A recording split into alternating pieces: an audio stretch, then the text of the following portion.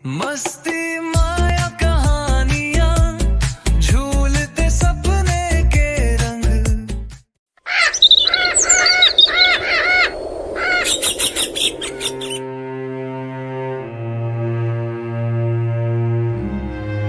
गांव में तो सब जगह अकाल की परिस्थिति हो गई है। लगता नहीं कि अब इस गांव में ज्यादा दिन रुकना उचित होगा। काम के लिए बाहर गांव तो जाना ही पड़ेगा। भूषण काम की तलाश में दूसरे गांव की ओर निकल पड़ता है। चलते चलते वह विजयपुर गांव में आ जाता है। वहां उसका रहने का कोई ठिकाना नहीं था और उसके पास कोई काम भी नहीं था। चलते चलते वह एक अमीर किसान जगत सेठ के पास आ पहुंचता है।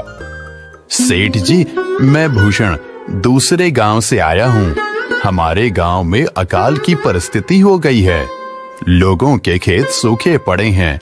गांव में बूंद बूंद पानी के लिए लोग तरस रहे हैं। अगर मुझे आपके पास कुछ काम मिल जाएगा तो बहुत कृपा होगी बड़े भाई। अरे रे, लगता है तुम्हारी हालत बहुत खस्ता हो गई है। ठीक है, वैसे मेरे पास एक काम तो है, पर लगता नहीं कि तुम वो कर पाओगे। सेठ जी, आप चिंता ना करें। मुझे आप कोई भी काम दे सकते हैं। मैं वो काम पूरी मेहनत और ईमानदारी से करूंगा। अच्छा ठीक है भूषण, तो कान खोल कर सुन लो। मेरे पास 50 गायें और 50 भैंसें हैं। तुम्हें हर रोज उन जानवरों का गोबर निकालना होगा और रोज सुबह शाम उन्हें चारा पानी देना होगा। महीने के आखिर में तुम्हें इस काम के लिए 200 रुपए मिलेंगे। और हाँ, 2 वक्त का खाना भी हमारी तरफ से मुफ्त दिया जाएगा। बोलो, क्या तुम ये काम कर पाओगे? अरे बाप रे, 50 गाय और भैंसों को संभालना आसान काम नहीं है। पर अब मैं कुछ कर भी तो नहीं सकता। और ऊपर से सेठ जी 2 वक्त का खाना भी दे रहे हैं। ठीक है सेठ जी, मैं ये काम कर लूंगा, पर एक विनती है। हाँ बोलो भूषण, क्या बात है? सेठ जी, अगर आपको समस्या ना हो तो क्या मैं आपके गायों के साथ गौशाला में रह सकता हूँ? सेठ जी, मैं इस गांव में नया हूँ।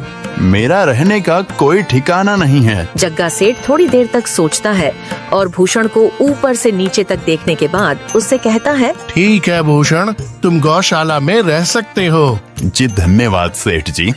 तब से भूषण गौशाला में रहकर अपना काम करने लगता है। वह रोज जल्दी उठकर गाय और भैंसों का गोबर निकालता, उन्हें चारा डालता और समय पर पानी भी पिलाता था। हर रोज भूषण अपना काम ईमानदारी और पूरी मेहनत से करता था। जगत सेठ को भी भूषण का काम बहुत पसंद आने लगा, क्योंकि वह अपना काम सफाई से करता था। एक दिन जगत सेठ भूषण को बुलाकर उससे बोलता है, भूषण, मुझे तुम्हारा काम बहुत पसंद आया है। तुम गाय और भैंसों का अच्छा ख्याल रख रहे हो, इसलिए दूध की गुणवत्ता भी बढ़ गई है और गायें पहले से ज्यादा दूध भी दे रही हैं। इसलिए मैं आज से तुम्हारी तनख्वाह बढ़ाकर पूरे 400 रुपए कर रहा हूँ। आपका बहुत बहुत धन्यवाद सेठ जी। कुछ दिन ऐसे ही बीतने लगते हैं। भूषण जगत सेठ के पास बहुत मेहनत और ईमानदारी से काम करता है। धीरे धीरे भूषण के पास अच्छा खासा रुपया जमा हो जाता है, जिससे वह अपने लिए छोटा सा रहने लायक एक कुटिया बनवा लेता है। उस गौशाला में सोकर तो नाक से गोबर की गंध अभी भी नहीं जा रही। अब आखिरकार मुझे अपने घर में चैन से सोने को तो मिलेगा। तब से भूषण जगत सेठ के पास गौशाला में काम करने आता और 2 वक्त का खाना खाकर अपने घर सोने के लिए चला जाता था। कई साल ऐसे ही बीत जाते हैं। भूषण की मेहनत के कारण उसके पास अच्छा खासा रुपया जमा हो जाता है।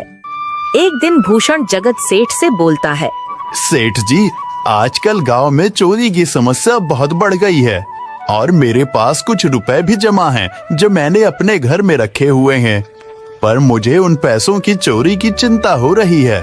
आपको तो पता है कि मैं दिन भर आपके पास ही काम करता हूँ और सिर्फ रात में ही घर सोने जाता हूँ, इसलिए मुझे रोज उन पैसों की चोरी की चिंता सताती है। हाँ भूषण, तुम बात तो बिल्कुल सही कह रहे हो।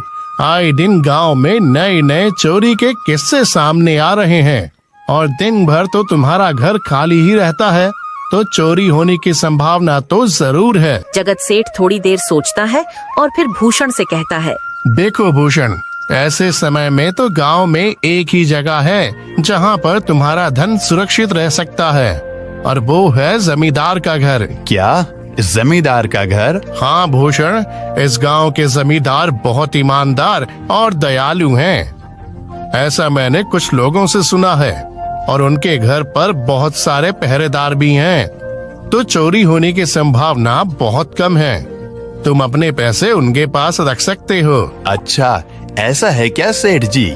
ठीक है, फिर आज ही मैं जमींदार जी से मिलकर बात करता हूँ और उन्हें अपनी समस्या बताता हूँ। उस दिन भूषण जमींदार जी के घर उनसे बात करने जाता है। ए टूडको, कहाँ अंदर आए जा रहे हो? वहीं रुक जाओ। जी, मुझे जमींदार जी से मिलना है। मुझे उनसे कुछ काम है। क्या काम है तुमको उनसे? मुझे जरा बताओ। जी, मुझे कुछ पैसे रखवाने थे उनके पास, यही काम के लिए आया था मैं। अच्छा ठीक है, तुम अंदर जा सकते हो। नमस्ते जमींदार जी, मैं भूषण जगत सेठ के यहाँ काम करता हूँ। कुछ साल पहले ही मैं दूसरे गांव से यहाँ आया हूँ। अच्छा भूषण, बोलो तुम्हारा क्या काम है मेरे पास? जमींदार जी, मैं सालों से जगत सेठ के पास काम कर रहा हूँ और मैंने कुछ रुपए भी जमा कर लिए हैं, पर बात यह है कि गांव में चोरी की समस्या बहुत बढ़ गई है, तो मुझे अपने रुपए घर में रखने से डर लग रहा है। अच्छा, कितने रुपए जमा किए हैं तुमने? जमींदार जी, यही कोई 5 से 6 हजार रुपए होंगे मेरे पास। वाह, ये तो बड़ी रकम है। मैंने आपकी ईमानदारी के बारे में लोगों से बहुत सुना है, इसलिए मैं अपनी रकम आपके पास कुछ वक्त के लिए रखने आया हूँ। हाँ भूषण, तुमने बिल्कुल सही सुना है। तुम्हारी रकम मेरे पास पूरी तरह से सुरक्षित रहेगी। तुम अब चिंता ही छोड़ दो, मैं सब देख लूंगा। भूषण अपने पैसों की थैली जमींदार को दे देता है।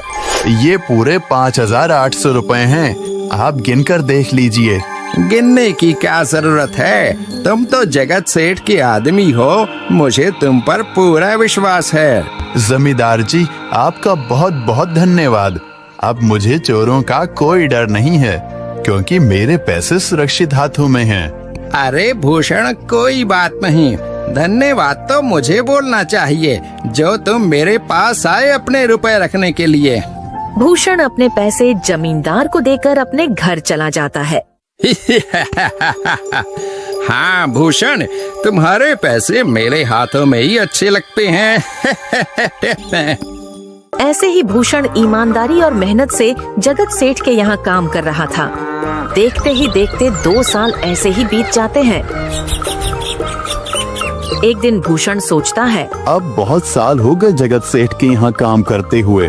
वैसे सेठ जी तो बहुत अच्छे इंसान हैं, पर सोच रहा हूँ कि खुद की जमीन लेकर उस पर मेहनत करूँ, तभी मैं बड़ा आदमी बन सकता हूँ। अब जो मेरे पास थोड़े कुछ पैसे हैं और जो जमींदार के पास कुछ पैसे संभालने के लिए दिए हैं, वो जमा करके थोड़ी जमीन खरीद लूंगा। आज ही जमींदार से मिलने जाता हूँ और अपने रुपए मांगता हूँ। ये सोचकर भूषण जमींदार जी के घर चला जाता है। जमींदार जी, मैं अपने रुपए वापस लेने आया हूँ। आपके पास मैंने 5,800 रुपए दिए थे संभालने के लिए। अरे भाई साहब, मैंने पहचाना नहीं आपको। वैसे कौन हो आप? अरे जमींदार जी, मैं भूषण हूँ। पिछले साल मैंने आपको पैसे संभालने के लिए दिए थे, याद आया कुछ? अरे भाई साहब, मेरे पास कितने सारे लोग आते जाते हैं पैसे रखने के लिए, और सभी के साथ मेरा अच्छा व्यवहार होता है। वैसे आपके पास कोई कागजात हैं क्या? क्योंकि मैं हर व्यक्ति से कागज पर ही व्यवहार करता हूँ। किसने कितने पैसे दिए, किसके कितने पैसे रखे हैं, सबका व्यवहार रहता है मेरे पास। जमींदार जी, ये आप क्या बात कर रहे हैं? आपकी ईमानदारी देखकर ही मैंने आपको पैसे दिए थे संभालने के लिए, और आप अब ऐसी बातें कर रहे हैं। कृपया करके मेरे पैसे मुझे वापस कीजिए। हाँ भूषण, मैं ईमानदारी से ही काम करता हूँ, इसलिए तो तुमसे मैं डॉक्यूमेंट्स मांग रहा हूँ। क्या तुम्हें पता नहीं, जब तुम किसी से पैसों का व्यवहार करते हो तो तुम्हें स्टाम्प पेपर पर लिख कर देना पड़ता है। तुम किसी से भी पूछ सकते हो। नहीं जमींदार जी, मैं आपके पैर पड़ता हूँ, कृपया करके मेरे रुपए मुझे दे दीजिए। बड़ी मेहनत से मैंने वो पैसे जमा किए थे, मुझ पर ऐसा अन्याय ना करें। अरे क्या ये झूठ मूठ का रोना धोना लगाया है? लगता है तुम ढोंगी हो और मेरी ईमानदारी और भोलेपन का फायदा उठाकर मुझसे ये रुपए लेने आए हो। रुक, तुझे अभी सबक सिखाता हूँ। जमींदार अपने आदमियों को बुलाकर भूषण की पिटाई करने को कहता है। इसे तब तक मारो जब तक ये बेहोश ना हो जाए। इस 2 कौड़ी के आदमी ने मेरी ईमानदारी पर सवाल उठाया है, इसे छोड़ना मत। जमींदार के आदमी भूषण को डंडे से खूब मारते हैं। फिर भूषण दुखी होकर अपने घर चला जाता है। भूषण के शरीर पर घाव के निशान स्पष्ट दिखाई दे रहे थे। 2 दिन से भूषण घाव के दर्द के कारण जगत सेठ के घर काम के लिए नहीं जा पाता है। इसलिए अगले दिन जगत सेठ भूषण के पास आ जाते हैं। वह देखते हैं कि भूषण खाट पर सो रहा है और वह बड़ा ही चिंता में नजर आ रहा है। भूषण भाई, तुम 2 दिन काम पर नहीं आए, क्या हुआ भाई? तबीयत ठीक है ना तुम्हारी? कुछ समस्या है क्या? अरे सेठ जी, आप खुद यहाँ आए हो। आप खबर भिजवाते तो मैं खुद चला आता। अरे भूषण, कोई बात नहीं, तुम्हें देखकर लगता है तुम बीमार हो। क्या हुआ है तुम्हें? जगत सेठ, क्या बताऊं, जिस जमींदार के पास पिछले साल मैंने अपने पैसे संभालने को दिए थे, वो आज मुझे पैसे वापस नहीं करना चाहता। वो बहुत लालची इंसान है, वो लोगों को ठग रहा है। और जब मैंने बाद में गिड़गिड़ाना शुरू किया तो उसने डंडे से मार मार कर मेरी पिटाई करवा दी और मुझे वहां से धक्के मार कर निकाल दिया। अरे बाप रे, ये तो बड़ा ही गंभीर विषय है। मैंने तो जमींदार के बारे में अच्छा ही सुना था, पर मुझे भी नहीं पता था कि वो इंसान इतना गिरा हुआ है। तभी मैं सोचूं, हर साल उसकी संपत्ति इतनी ज्यादा कैसे बढ़ रही है। मुझे माफ कर दो भूषण, मैंने ही तुम्हें जमींदार के पास जाने को बोला था। गलती तो मेरी भी है। नहीं जगत सेठ, आप तो मेरा अच्छा ही सोच रहे थे। ये तो उस जमींदार का लालच है। अब लगता नहीं मेरे पैसे उस जमींदार से वापस मिलेंगे भी। भूषण, मेरे पास एक तरकीब है जिससे मैं तुम्हारे पैसे तुम्हें वापस दिला सकता हूँ। जगत सेठ भूषण के कान में सारी तरकीब बताता है। ठीक है सेठ जी, हे ऊपर वाले, ये तरकीब कामयाब होने दीजिए। अगले दिन जगत सेठ बहुत सारे पैसों को एक सूटकेस में भरकर खुद जमींदार के घर जाता है। अरे जगत सेठ, आज आप खुद यहाँ? बोलो भाई, इस गरीब के घर कैसे आना हुआ? हमारा तो ये सौभाग्य है कि आप जैसे धनी आदमी के चरण हमारे घर में लगे हैं। नमस्ते जमींदार जी। अरे जमींदार जी, आप तो मुझे अब लज्जित कर रहे हैं। वैसे मैं कुछ महीनों के लिए दूसरे राज्य में व्यापार करने जा रहा हूँ। मैं ये लगभग 50,000 रुपए लाया हूँ। मुझे डर है कि कहीं ये चोरी ना हो जाए। क्या आप मेरे सारे पैसे अपने पास संभाल कर रख सकते हैं? आपके सिवाय इस गांव में और किसी पर भरोसा नहीं कर सकता। अरे जगत सेठ, ये भी कोई पूछने की बात है? मेरे पास आपके पैसे बिल्कुल सुरक्षित रहेंगे। आप निश्चित होकर व्यापार करने जा सकते हैं। इस बार तो बड़ी मछली हाथ लगी है। बार बार ऐसा मौका नहीं मिलता। भारी माल हाथ में लगने वाला है। तभी वहाँ पर भूषण आ जाता है। अरे भूषण, तुम? अच्छा हुआ तुम आ गए। मैं तुम्हारे पास ही आने वाला था। मुझे माफ करना, उस दिन तुम्हें पहचान नहीं पाया। इतने सारे लोग मेरे पास आते हैं तो जरा परेशानी होती है, पर मैं अपनी बातों का बड़ा पक्का हूँ। हाँ रुको, मैं तुम्हारे सारे पैसे अभी देता हूँ। जमींदार भूषण के सारे पैसे उसे लौटा देता है। माफ करना भूषण, मेरे आदमियों ने तुम्हारे साथ उस दिन बदतमीजी की। मैं आज ही उनको काम से निकालता हूँ। भूषण बिना कुछ बोले वहाँ से चला जाता है। अरे क्या बात है जमींदार जी, आप तो अपने बातों के बहुत पक्के हैं। तो ठीक है, मैं अपने सारे पैसे आपके पास रख सकता हूँ। जगत सेठ इतना बोल ही रहा था कि तभी वहाँ जगत सेठ का नौकर आ जाता है। मालिक मालिक, अब आपको बाहर के राज्य में जाने की कोई जरूरत नहीं है।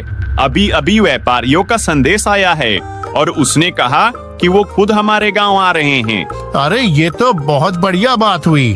अब मुझे इतनी दूर नहीं जाना पड़ेगा। सुन रहे हो जमींदार जी, व्यापारी यहाँ आ रहे हैं। अब मुझे नहीं लगता कि ये पैसे आपके पास रखने का कोई मतलब होगा। चलो, आपका बहुत बहुत धन्यवाद। आपने इतनी ईमानदारी दिखाई मुझे। हाँ, पर अगली बार जरूर आपके पास ही आऊंगा। ऐसा बोलकर जगत सेठ और उसका नौकर वहाँ से अपने पैसे लेकर चले जाते हैं। धत तेरी की, ये क्या हो गया? ये 50,000 तो चले गए और जो भूषण के 5,800 रुपए हड़प लिए थे वो भी चले गए। आपका बहुत बहुत धन्यवाद सेठ जी। अगर आज आप ना होते तो मेरी सारी जमा पूंजी वो जमींदार हड़प लेता। भूषण, कोई बात नहीं। जो व्यक्ति मेहनत और ईमानदारी से कमाता है, ऊपर वाले उसका कभी बुरा नहीं होने देते, और जो हराम की कमाई का खाता है उसका कभी अच्छा नहीं होने देते।